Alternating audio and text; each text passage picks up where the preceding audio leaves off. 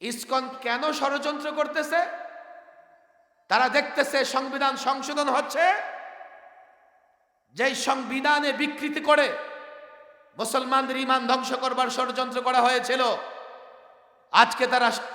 আজকে এই অন্তর্বর্তীকালীন সরকারের নেতৃত্বে সংবিধান সংস্কার হচ্ছে, আজকে ওয়াজ মাহফিলগুলো ঠিকঠাক মতো হচ্ছে, কিন্তু সেই পৌত্তলিক গোষ্ঠী, সন্ত্রাসী গোষ্ঠীর তা পছন্দ হয় নাই। তাদের মূল টার্গেট হচ্ছে এই মুসলমানদের ভালো, তাদের কোনোদিন ভালো লাগে না, তাদের কোনোদিন সহ্য হয় না।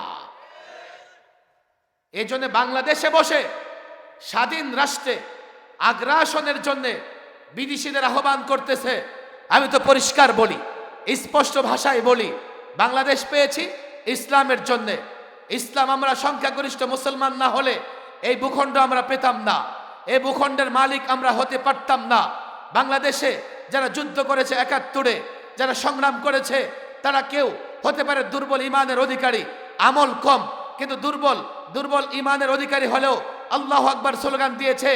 যে এই সমস্ত রাজনীতিবিদরা যুদ্ধের ময়দানে বক্তৃতা করেছে, যুদ্ধের আগে বক্তৃতা করেছে, তারা ইনশাআল্লাহ বলেছে, বিসমিল্লাহ বলেছে। সংখ্যাগরিষ্ঠ মানুষ রক্ত দিয়েছে ইসলামের জন্যেই, তাদের উপরে সেকুলারিজম চাপিয়ে দেওয়া হয়েছে। পরিষ্কার বলি, ভূখণ্ড পেয়েছি ইসলামের জন্যে, লড়াই করেছি ইসলামের জন্যে। আজকে দ্বিতীয়বার যখন ৫ই আগস্টে রাষ্ট্রকে স্বাধীন করা হয়েছে, সমন্বয়কদের বক্তৃতা আপনারা শোনেন, ছাত্রদের বক্তৃতা শোনেন, তারাও পরিষ্কার বলেছে এই ভূখণ্ড ইসলামের উপর আঘাত তারা বরদাস্ত করবে না, ইসলামের উপর আঘাত তারা সহ্য করবে না।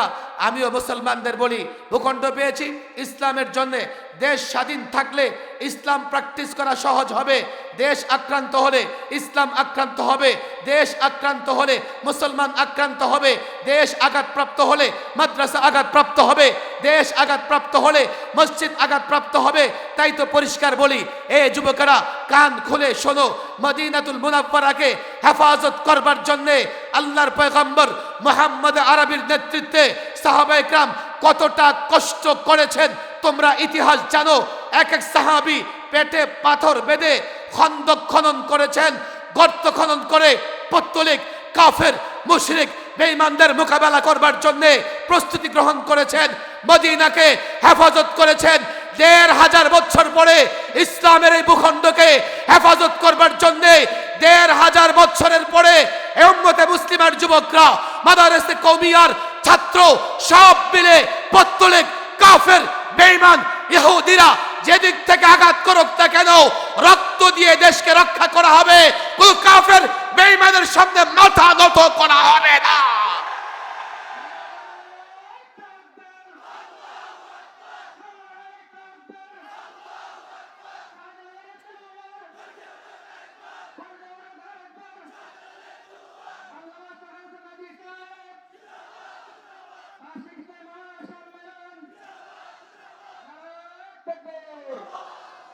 হবিগঞ্জের যুবকদের বলে যাই, নোট দিতে পারবো না, তবে তোমাদের সঙ্গে জাতির সঙ্গে আলেমরা গাদ্দারি করবে না। ২-৪ জন আলেম বিক্রি হতে পারে, জামাতে ওলামা কোনোদিন বিচ্যুত হবে না। জামাতে ওলামা ওয়ারাসাতুল আম্বিয়া, আম্বিয়া আলাইহিস সালামের ওয়ারিস, ওনারা নায়েবে নবী। শোনো, তোমাদেরকে বলে যাই, তোমাদের কর্ণ কুহুড়ে দয়া করে অনুরোধ করে এটা প্রবেশ করিয়ে নাও। আলেম ওলামা দেশের পক্ষের শক্তি, আলেম ওলামা ইসলামের পক্ষের শক্তি, আলেম ওলামা তোমার ঈমান হেফাজতের কথা বলে, আলেম ওলামা মসজিদ মাদ্রাসার কথা বলে। যদি আলেম থেকে বিচ্যুত হও, দেশ হেফাজত করতে পারবে না।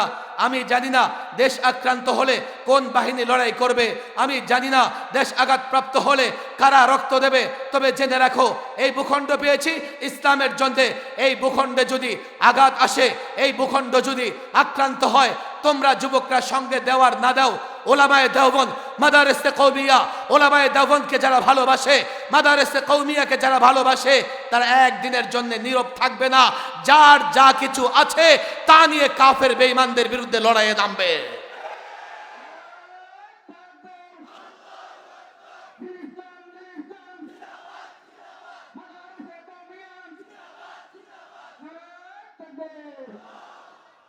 কেন ইসকন ষড়যন্ত্র করতেছে বুঝবার চেষ্টা করো। তারা তাদের হিন্দু সমাজকে অনেক ক্ষেত্রে ভুল বোঝানোর চেষ্টা করতেছে।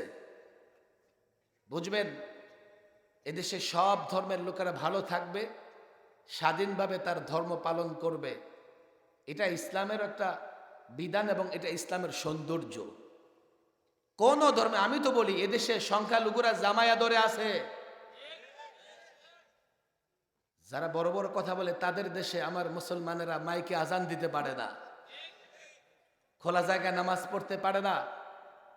400 বছরের পুরনো মসজিদকে শহীদ করে দেওয়া হয়েছে, গরু জবাই করতে পারে না। হিজাব পরে মুসলিম শিক্ষার্থী কলেজ ইউনিভার্সিটিতে যেতে পারে না। বাংলাদেশে আজ পর্যন্ত অন্য ধর্মের লোকেরা তাদের ধর্ম পালন করতে গিয়ে বাধাপ্রাপ্ত হয়েছে, প্রমাণ দেখাতে পারবে না। আজকে হিন্দু সমাজের কাঁধে ভর করে ইসকন সন্ত্রাসী গোষ্ঠী একটা সাম্প্রদায়িক দাঙ্গা বাঁধানোর চেষ্টা করতেছে। আপনারা সজাগ থাকবেন, রাষ্ট্রের পাহারাদারি করবেন, যাতে ইসকনের সন্ত্রাসীরা তারাই তাদের মন্দিরে আক্রমণ করে আপনাদের উপর দায় চাপাতে না পারে। দেশে একটা অস্থিতিশীল নৈরাজ্যকর পরিস্থিতি যেন তারা তৈরি করতে না পারে। যুবকদের বলি সজাগ থাকতে হবে, তারা যাতে কোনো ধরনের অপ্রীতিকর ঘটনা দুর্ঘটনা ঘটিয়ে মুসলমানদের উপর দায় চাপাতে না পারে, সতর্ক থাকতে হবে। আমাদের অবস্থান একবারে ক্লিয়ার। 53 বছরের বাংলাদেশে এদেশে সব ধর্মের লোকেরা কাঁধে কাঁধ মিলিয়ে চলেছে। এদেশে ধর্মের নামে কোনো মারামারি নাই, অথচ পরিকল্পিতভাবে ধর্মে ধর্মে দাঙ্গা ফাসাদ লাগানোর জন্য ইসকনের সন্ত্রাসীরা চেষ্টা করতেছে। হিন্দু সমাজের লোকদেরকে বলে দিবেন, দেখো তোমরা নিরাপদে থাকো, কিন্তু ইসকনের ষড়যন্ত্রে পা দিও না। তারা দেশ বিরোধী, তারা ইসলাম বিরোধী। তারা দেশে দেশে বসে দেশেরটা খেয়ে দেশেরটা পড়ে দেশ বিরোধী ষড়যন্ত্র করতেছে, দেশের বিরুদ্ধ শক্তির সঙ্গে মিলে। সজাগ থাকবেন, সতর্ক থাকবেন, ওলামাদের সঙ্গে থাকবেন।